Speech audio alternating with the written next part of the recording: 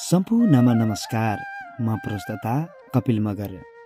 पक्कै पनि दर्शकबिन तपाईहरूले हाम्रो थम्बनेललाई हेरेर भिडियो आज के कस्तो आएको छ भनेर अन्दाज त गरिसक्नु नै भएको छ। हो दर्शकबिन, यति बेला हामी काठमाडौँबाट दैलेखको यात्रा तय गरेका छौं। काठमाडौँबाट करिब 700-800 किलोमिटरको दूरीमा रहने दैलेखको ज्वालामुखीसम्म पुग्नलाई निकै नै कठिनाई यात्रा हाम्रो सुरु भएको छ। त्यो पनि नाभीको सानो बाइकमा। झट्ट हेर्दा खेलाउन जस्तो देखिने त्यो नाभीको बाइकमा काठमाडौँदेखि हाम्रो दैलेखसम्मको यात्रा तय भएको छ। किन र के कारणले भएको छ भनेर सोच्दै हुनुहुन्छ भने विशेष गरी आज हामीले दैलेखमा भएको सदाभर 12 मास बलिराख्ने ज्वालामुखीको दृश्यलाई कैद गरी तपाईहरूमाझ प्रस्तुत गर्नका लागि हामीले यो यात्रा तय गरेका छौं। सुन्दा पनि अनौठो र अचम्म लाग्ने कुरा यो ज्वालामुखीको। हुन त योभन्दा केही वर्ष अगाडि तपाईहरूले दैलेखको ज्वालामुखीको विषयमा सामाजिक सञ्जालहरूमा पनि देख्नु भएको होला। तर यो ज्वालामुखी त्यो ठाउँमा 12 मास बलिरहँदा त्यहाँको संरक्षण कसरी भइरहेको छ र यसको अनुसन्धान के भइरहेको छ, अनुसन्धान खोजका लागि हामी दैलेखसम्म यात्रा गर्दैछौं। आज विशेष गरी हामीले सम्पूर्ण नेपाली दाजुभाइहरूलाई जनचेतनामूलक पुग्ने हिसाबको भिडियो निर्माण गरिरहेका छौं। त्यसकारणले गर्दा तपाईहरू यस्तै खालका भिडियोहरू हेर्न चाहनुहुन्छ भने हाम्रो च्यानललाई चाहिँ सब्स्क्राइब गर्न नभुल्नुहोला। र आगामी दिनमा तपाईका पनि कुनै जिल्ला, तपाईहरूको गाउँ ठाउँमा पनि यस्ता आश्चर्यजनक र नेपाल सरकारले अलिकति आँखा नलगाएका, लुकेका, छिपेका यस्ता संरचनाहरू, यस्ता कुराहरू छन् भने हामीलाई सम्पर्क गर्न सक्नुहुनेछ अथवा तपाईहरूले हामीलाई जानकारी दिन सक्नुहुनेछ, जसका लागि हामीले मोबाइल नम्बर यही भिडियोको डिस्क्रिप्सनमा राख्दिएका छौं। ल त साथीहरू, अब चाहिँ हामी सुरु गरौं काठमाडौँदेखि दैलेखसम्मको यात्रा भएको भिडियोलाई। विशेष गरी काठमाडौँबाट दैलेखसम्मको यो 700-800 किलोमिटरको दूरीमा रहने ज्वालामुखीसम्म पुग्नलाई हामीले एउटा नाभीको सानो बाइकलाई युज गरेका छौं। हेर्दा खेलाउन जस्तो देखिने, अलिकति तपाईहरूलाई अचम्म पनि लाग्न सक्छ यो बाइकमा पनि यति लामो दूरीमा यात्रा गर्न सकिन्छ र भनेर। हो, हामीले यात्रा गर्यौं। यो नाभीको सानो बाइकले हामीलाई काठमाडौँदेखि दैलेखसम्मको यात्रा गरिरहँदा बिचमा कतै चाहिँ दुःख दिन्थ्यो। खोला नाला झरनाहरूमा हामीले बाइकलाई तैरनु पर्थ्यो। त्यसकारणले गर्दा त्यहाँको त्यो अप्ठ्यारो परिस्थितिमा बाइकलाई पनि अलिकति अप्ठ्यारो महसुस हुन्थ्यो। हामी जसो तसो दुःख कष्ट गर्दै तपाईहरूलाई त्यो ज्वालामुखी देखाउनका लागि भए पनि हामी दैलेखको ज्वालामुखी हुने ठाउँसम्म पुग्यौं। फाइनली चाहिँ यो दुल्लु नगरपालिका प्रवेश गरियो हैन। दुल्लु नगरपालिका चाहिँ यता यो तल बगेको नदी चाहिँ दामी छ हैन। यस्तो राम्रो तरिकाले बगिरहेको नदी तल छ। अनि यहाँ पुल राम्रो वारेर पारी जोडिएको पुल छ। अनि यहाँदेखि चाहिँ तपाईको यो बाटो जानुभयो भने चाहिँ जुम्ला कालीकोट तिर चाहिँ निस्किन्छ। यो मेन हाइवे बाटो हो र यो मेन हाइवेबाट चाहिँ सर्लक्क यही मोडनिरबाट एउटा यहाँनिर बोर्ड छ। यो बोर्डमा श्रीस्थान मन्दिर जाने बाटो लेखिएको छ, जहाँ चाहिँ ज्वाला बलिरहने, जहाँ चाहिँ पेट्रोलको खानी भन्ने छ, त्यहाँ जानको लागि चाहिँ यहाँनिरबाट जान्छ। अनि यता चाहिँ कच्ची बाटो छ है। यो कच्चीको बाटो चाहिँ अब हामी यताबाट भित्र जान्छौँ।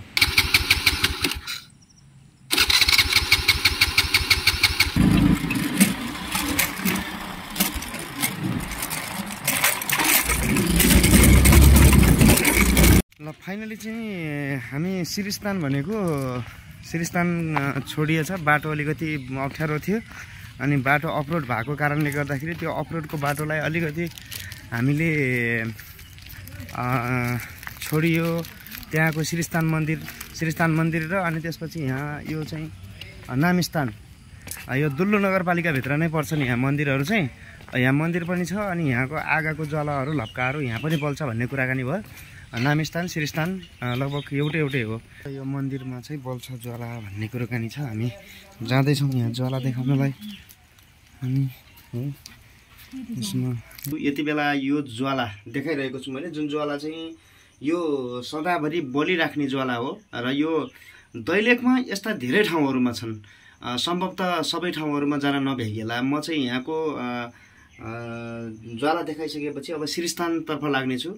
श्रीस्थानको त्यहाँको ज्वाला के छ कस्तो छ, र त्यहाँ चाहिँ के छ भने पेट्रोल पदार्थ छ र त्यसलाई चाहिँ चाइनाले पेट्रोल निकाल्न खोजिरहेको छ भन्ने कुरा छ। त्यो विषय वस्तु मैले अघि सुरुमा उठाएको कारणले गर्दाखेरि सायद म त्यहाँ जसरी भए पनि जानुपर्छ जस्तो लागिरहेछ। यहाँ चाहिँ चाइनाले केही पनि गरेको छैन। यहाँ स्पेसली अहिले चाहिँ आउने भक्तजनहरूका लागि दर्शन गर्नका लागि मात्रै बनाइएको छ। यो जुन चाहिँ ज्वाला चाहिँ बलिराखेर देख्नु भएको छ तपाईँले, यो ज्वाला चाहिँ सदाबार 12 मास कहिल्यै पनि नमर्ने कहिल्यै पनि ननिप्ने ज्वाला हो। यो मैले पनि भिडियोमा मात्रै देखाएको थिएँ, पहिला एकदमै भाइरल थियो र अहिले पछिल्लो चरण चाहिँ के हो कसो हो कि होइन यथार्थ के हो भनेर चाहिँ म आफै पनि स्थलगत रिपोर्ट बनाउन आइरहेको छु। यो त दैविक शक्ति नै रहेछ त्यसो भए त यार। यो त गणेश भगवानको मूर्ति बनिएको छ भने ल है साथीहरू, यो रुखमा चाहिँ गणेश भगवानको मूर्ति बनेको छ। कता छ त? यहाँ रहेछ नि त। गणेश मन्दिर, म त गणेशको भक्त हो एकदमै झन्।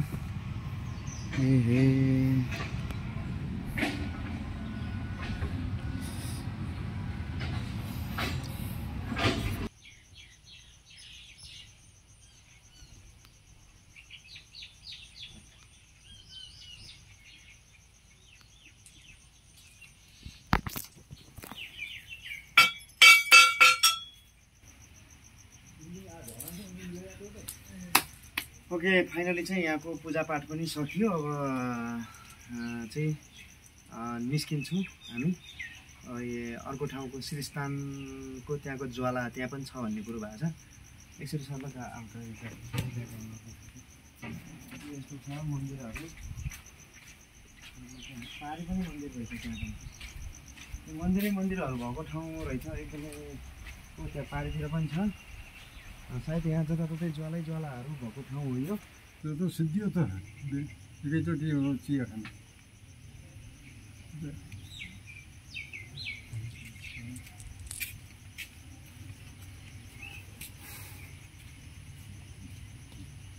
यसमा उपस्थिति गरेर जाने है। हजुर।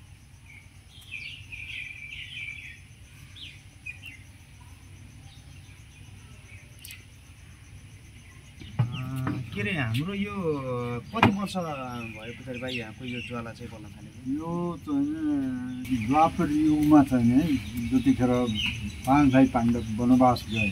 हजुर। त्यतिखेर यहाँ पनि आएछन्। उनीहरूले पनि ज्वाला बलेको देखेछ। त्यो ज्वाला बलिराखेर चाहिँ यहाँ भनेर चाहिँ उनीहरूले एउटा मन्दिर बनाएर चाहिँ जानु पऱ्यो भने रातै गरिमा उनीहरू सुरुमा के बनायो भनेपछि ढोकाको चौकोस, त्यो चौकोस बनाएर राखे। मन्दिर बनाउनु पाएनन्, बिहान उज्यालो हुने जस्तो भयो। भोलिपल्टबाट कलियुग लाग्ने रहेछ। अब यत्तिकै छोडेर जानु, भोलि त कलियुग लागिहाल्छ भनेर त्यति ढोका चौकोस मात्रै राखेर चाहिँ उनीहरू फर्केको भनेको द्वापर युगको त्यतिखेर पनि ज्वाला बनिरहेको रहेछ। हजुर। अब त्यति मात्र होइन, उनीहरूले 5 भाइ पाण्डवहरूले चाहिँ नि पहिला के गरे, 5वटा धनु बिसाए। धनु बिसाएपछि ती धनुबाट चाहिँ नि बाँस पलाए 5 ठाउँमा। यो बाँस जो छ नि, हजुर, त्यो बाँस हो। 5वटा हो, 2टा मासीहरू छ, 3टा अझै छ। उतिखेरको बाँस उनीहरू गए त्यतिखेर जाने, अब त्यो त्यति गरेर जाने उनीहरू गए ज्वालाको लागि। त्यो हो मन्दिर यहाँ। यो शक्तिपीठ सतीदेवीको यो नाभि खसेको। भगवान शङ्करजीसँग सतीदेवीको विवाह भएको थियो उहाँहरू पहिलासम्म। सतीदेवी दक्ष प्रजापतिकी जेठी सुपुत्री। एकचोटि दक्ष प्रजापतिले आफ्नो घरमा महायज्ञ गर्न आए। सम्पूर्ण ऋषिमुनिहरू देवी देवताहरूलाई सबलाई बोलाए, तर भगवान शङ्करजीलाई बोलाए। मन नमरेको ज्वाइँ भनेर ज्वाइँसँग विवाह गरी छोरीले भनेर छोरीलाई ज्वाइँले बोलाए। सतीदेवीले थाहा पाइन्। उहाँहरू थाहा पाएपछि प्रभु मेरो बुबाको घरमा यस्तो महायज्ञ भइरहेको छ, जानु पऱ्यो भनेपछि भगवान शङ्करजीले जानु हामीलाई बोलाएकै थियो, हाम्रो अपमान हुन्छ भनेपछि सतीदेवीले भगवान शङ्करजीको आज्ञा नमानेर त्यहाँ पुग्नु आफ्नो बाबु। चारैतिर उनले हेरिन्, सम्पूर्ण देवी देवताहरू चाहिँ यहाँ आमन्त्रित गरेका सबै बसेका थिए, तर आफ्नो पतिलाई देख्नु। उनलाई के भयो भने आफ्नो पतिको घोर अपमान सम्झेर पनि विरक्त भएर चाहिँ उनले चाहिँ त्यो जलिरहेको त्यो हवन कुण्ड हो, भूम कुण्डमा जन्केको आगोमा नाम फाल्नु। यही ज्वालामा होइन नै दक्ष प्रजापतिको जहाँ महायज्ञ भइरहेको थियो नि, हो त्यहाँको कुरो गर्दैछ। त्यसपछि चाहिँ नारदजी चाहिँ त्यही बसेर उनी कैलासमा पुग्यो भगवान शङ्करजीको कहाँ। त्यहाँ गएर प्रभु सतीदेवीको शरीर चाहिँ दक्ष प्रजापतिको महायज्ञको चाहिँ हवन कुण्डमा जलिरहेको छ, हजुरले जानु पऱ्यो भनेपछि भगवान शङ्करजी वायु रूपमा चाहिँ त्यहाँ पुग्नुभयो कैलासमा। त्यहाँ पुगेपछि उनले भगवान शङ्करजीले हेर्नुभयो शरीर जलिरहेको छ। भगवान शङ्करजीले त्यो जलिरहेको शरीरलाई उठाएर खन्दामा राखेर संसार भ्रमण गर्दै जानुभयो। हजारौँ वर्ष बितेको तर त्यो शरीर गलेन। त्यसपछि भगवान विष्णुजीले चाहिँ त्यसमा झिँगाल पर्नुभयो। तब चाहिँ त्यो शरीर गल्न सुरु भयो। गलेपछि त्यो टुक्राहरू खस्नु लाग्यो। जहाँ जहाँ ती टुक्राहरू खस्दै गयो त्यहाँ त्यहाँ यी शक्तिपीठहरू चाहिँ स्थापना गर्यो। यहाँ चाहिँ यो तपाईँहरू अहिले पनि हेर्नु सक्नुहुन्छ त्यहाँ कहाँनिर छ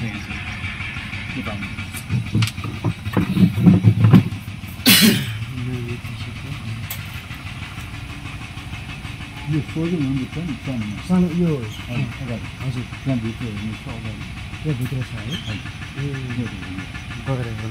फाइनली चाहिँ जे होस् यो विषयमा थोरै हामीलाई पुजारी बाले केही जानकारी दिनुभयो।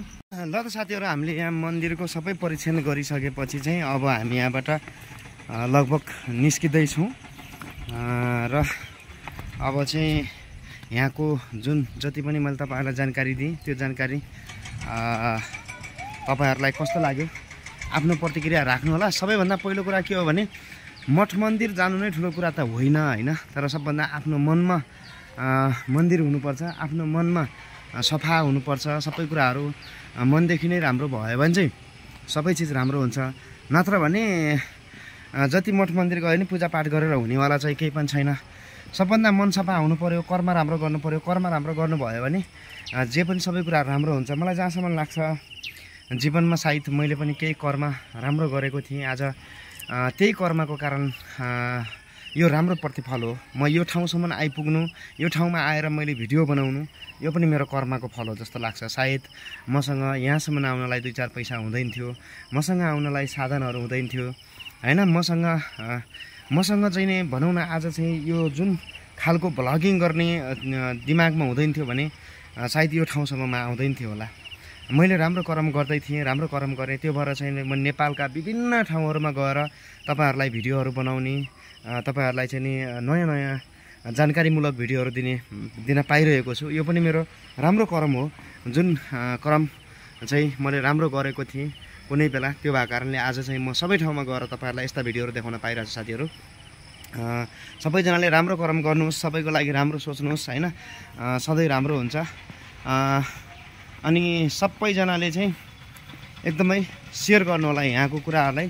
यो हाम्रो चाहिँ जति पनि पर्यटकीय क्षेत्रहरू अथवा चाहिँ दैविक शक्तिहरू भएको ठाउँहरूलाई चाहिँ गर्नुपर्छ।